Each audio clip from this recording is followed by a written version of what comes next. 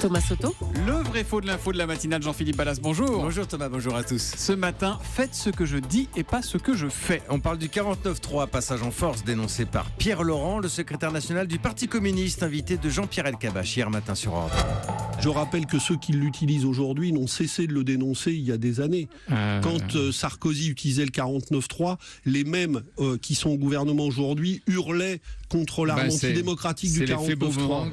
Alors, quand Nicolas Sarkozy utilisait le 49.3, ceux qui sont aujourd'hui au gouvernement hurlaient, c'est ce qu'affirme Pierre Laurent. C'est vrai ou c'est faux, Jean-Philippe ? C'est faux, Thomas, pour la bonne et simple raison que Nicolas Sarkozy, président, et son Premier ministre François Fillon n'ont jamais utilisé le 49.3. Ils voulaient même au contraire en limiter l'usage. C'était lors de la révision constitutionnelle en 2008. Donc vous nous dites que Pierre Laurent a inventé les hurlements de la gauche ? Alors non, je ne dis pas ça. Il n'a pas tout à fait tort. Il y a bien eu des sorties cinglantes, mais soyons précis, pointus. Thomas, c'était en 2006 et pas contre Nicolas Sarkozy, plutôt contre Jacques Chirac et son Premier ministre d'alors, Dominique de Villepin. À l'époque, le chef du Parti socialiste s'appelle François Hollande et il dénonce. On écoute. Le 49.3 est une brutalité, le 49.3 est un déni de démocratie, le 49.3 est une manière de freiner, d'empêcher le débat parlementaire.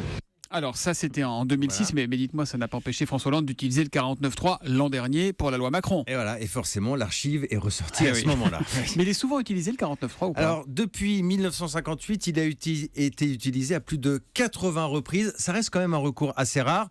Le record, c'est pour un gouvernement de gauche, 28 rien que pour Michel Rocard, c'était entre 88 et 91. Donc c'est si ma plutôt mémoire est un bonne. outil de gauche alors finalement, le 49.3, 28 pour Michel Rocard. Il n'avait pas de majorité absolue au Parlement à l'époque. Et en tout cas c'est un faux pour Pierre Laurent, le patron du PC, puisque Nicolas Sarkozy n'a jamais utilisé le 49.3 quand il était chef de l'État entre 2007 et 2012. Le vrai faux de l'info de la matinale, pardon.